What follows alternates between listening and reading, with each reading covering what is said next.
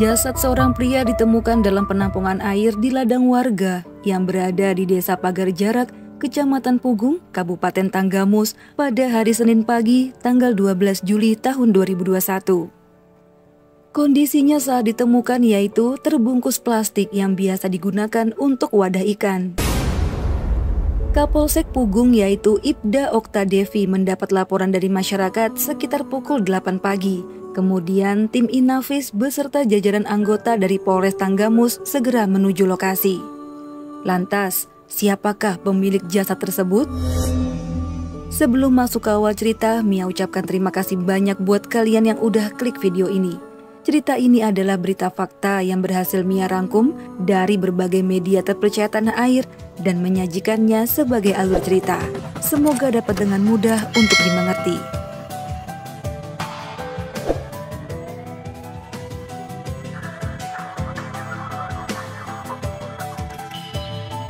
Jasad itu ditemukan pertama kali oleh pria bernama Sutejo yang akan mengambil air di penampungan. Kemudian ia melihat sebuah plastik yang mengapung. Karena curiga, ia memanggil salah satu rekannya yang bernama Eeng untuk memeriksa. Nah, setelah benda tersebut didekati, mereka dibuat panik karena di dalamnya terdapat tubuh manusia dewasa. Setelah dilakukan pemeriksaan, jasad berjenis kelamin pria itu diperkirakan berusia 30 tahun. Di tubuhnya ditemukan beberapa luka tusukan, antara lain di bagian dada, kening sebelah kiri, dan tersebar di area tubuh lainnya. Jelas ia merupakan korban pembunuhan secara brutal.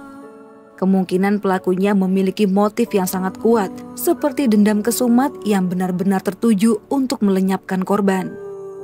Selanjutnya untuk penyelidikan lebih lanjut, jasad dibawa ke rumah sakit dan penyelidikan pun dimulai. Selang beberapa waktu kemudian, kabar penemuan jasad itu menyebar ke seluruh penjuru kampung. Petugas forensik juga telah berhasil mengidentifikasinya. Jasad itu rupanya berinisial DS berusia 32 tahun yang merupakan pemilik konter HP. Ia telah berkeluarga, saat ini istrinya tengah hamil 8 bulan. Sebentar lagi ia akan menjadi seorang ayah, namun takdir berkehendak lain. Setelah dikonfirmasi kepada keluarganya, mereka membenarkan jika jasad yang ditemukan dalam penampungan air itu adalah DS. Sedikit informasi mengenai DS, ia menikah di tahun 2020.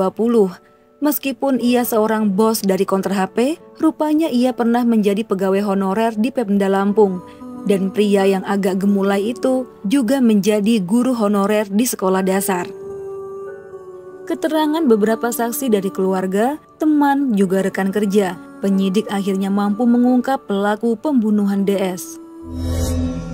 Sebelumnya Mia mohon maaf jika kasus ini mengganggu karena terkait kaum lagi bete. Mohon teman-teman bisa memahami ini sebagai informasi berita kriminal yang bisa terjadi di mana saja. Untuk itu, siapkan hati dan pikiran kita agar mendalami kasus ini dengan benar, supaya hal serupa tidak terjadi lagi di kemudian hari. Dari hasil serangkaian penyelidikan, polisi menangkap 2 orang pria yang telah dipastikan sebagai pelaku. Mereka adalah BM berusia 21 tahun, sedangkan SA berusia 33 tahun. BM merupakan warga Talang, sedangkan SA warga Kedondong Pesawaran. Keduanya berhasil ditangkap selang 3 hari dari penemuan jasad DS. Tanpa bisa mengelak, keduanya pun mengakui perbuatan mereka pada DS.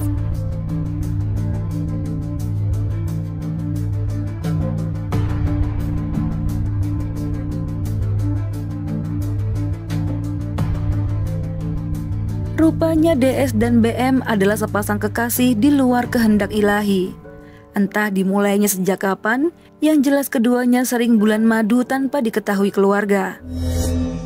Namun hubungan pedang-pedangan itu nggak dilakukan BM secara gratis. Selesai melayani, ia meminta bayaran yang terkadang bertarif, kadang juga seikhlasnya. Namun di luar kisah percintaan, mereka sebenarnya juga rekan bisnis. Karena DS memiliki konter HP dan sering meminta bantuan BM.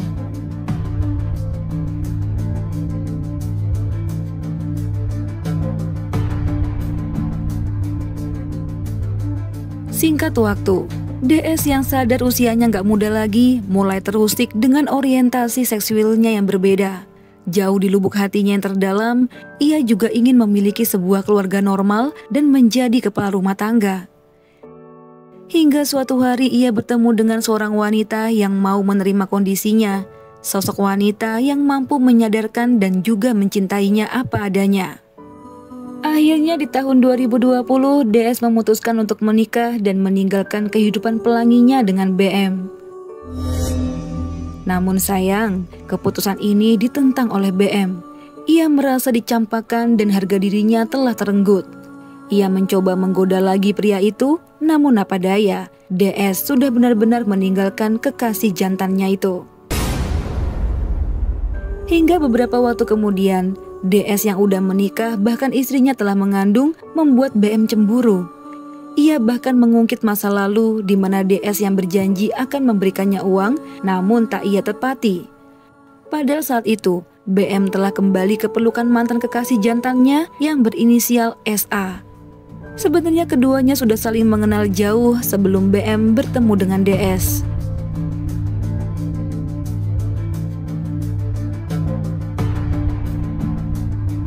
Nah teman-teman, kukira kisah cinta DS dan BM sudah berakhir ya. Rupanya masih berlanjut. DS meminta dilayani lagi dengan tarif Rp500.000. Keduanya lantas bertemu di sebuah gubuk yang ada di lahan pertanian yang sepi, sementara SA menunggu di tempat yang agak jauh. Kemudian selesai burung kecil keduanya bernyanyi. Anehnya DS cuma memberi 300.000, jumlah yang lebih kecil dari yang dijanjikan semula. BM tentu saja nggak terima, dia meminta sisanya. Akhirnya percekcokan di antara keduanya terjadi. Kalau yang tadi mereka adu pedang, sekarang adu mulut. Karena udah kesel merasa dipermainkan terus, BM mengambil sajam yang udah dibawanya, lalu menikam DS bertubi-tubi. DS yang tentu saja nggak siap, cuma bisa berteriak meminta ampun. Nah, saat itulah SA datang karena mendengar kegaduhan. Ia lantas membantu BM untuk menuntaskan misi. Setelah korban dipastikan meninggal dunia, tubuhnya dimasukkan dalam sebuah plastik wadah ikan dan dibuang begitu saja dalam kolam penampungan air. Kemudian keduanya kabur melarikan diri dengan membawa barang milik korban, seperti ponsel, motor, juga uangnya. Sedangkan barang bukti yang digunakan untuk mengambil nyawa DS, BM membuangnya ke sungai.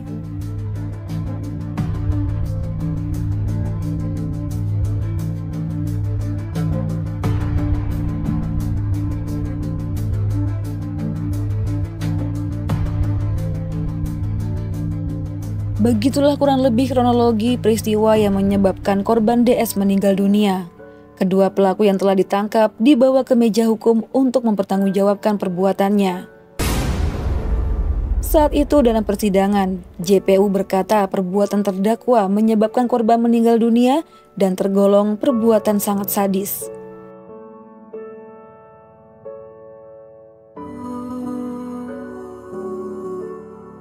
Terdakwa SA atau Syahrial Aswad dan BM Bakas Maulana Zambi tidak mengakui perbuatannya dan berbelit-belit dalam persidangan. Sementara untuk hal yang meringankan tidak ada. Untuk itu, hakim menjatuhkan kedua terdakwa dengan penjara seumur hidup. Baik teman-teman, Mia lagi mikir keras mengenai pelajaran berharga dari kasus ini. Tapi otak Mia kayaknya udah gak sanggup mikir lagi deh.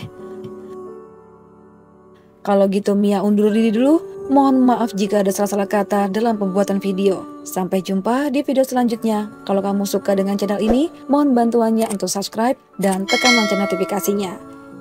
Jangan lupa tontonin videoku yang lainnya juga. Bye!